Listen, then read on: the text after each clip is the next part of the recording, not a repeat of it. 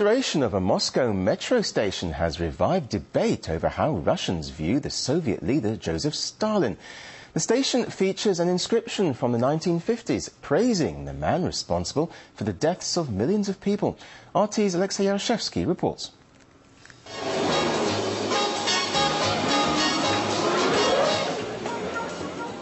Underground palaces for the people. More than 7 decades since the first train journeyed below the Russian capital, the Moscow subway still looks like a museum.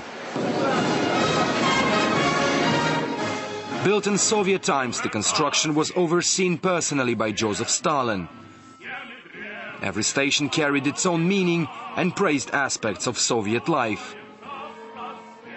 The Moscow subway architects have been saying that regardless of that the country has changed, they would still use the original Soviet outlook for the Moscow metro. And indeed, after years of reconstruction works, the Kursk metro station has reopened, having just about every detail of how it looked almost 60 years ago, including one line from the Soviet anthem. The line says, "We were raised by Stalin. He inspired our faith in people, our labor and deeds." It was written in the frieze below the station ceiling when it opened in 1950.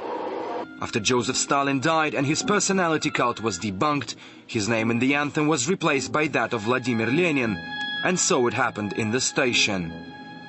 Now, after Kursk has been renovated, the use of the original phrase has launched a public debate. Human rights activists have lambasted metro officials for what they call the glorification of a tyrant. It is the matter of our identification. It seems we want ourselves to be identified with the man who killed millions, simply because it's a trend now.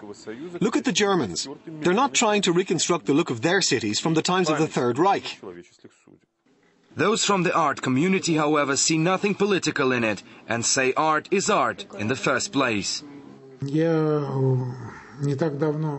I have recently applied to UNESCO to recognize the Moscow subway system as a piece of cultural heritage.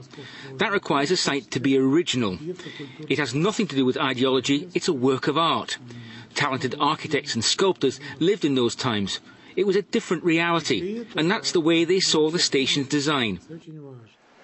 Activists are petitioning the Moscow government to have the words removed from the station.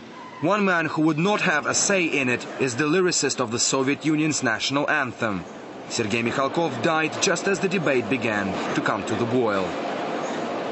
Alexei Yaroshevsky, RT.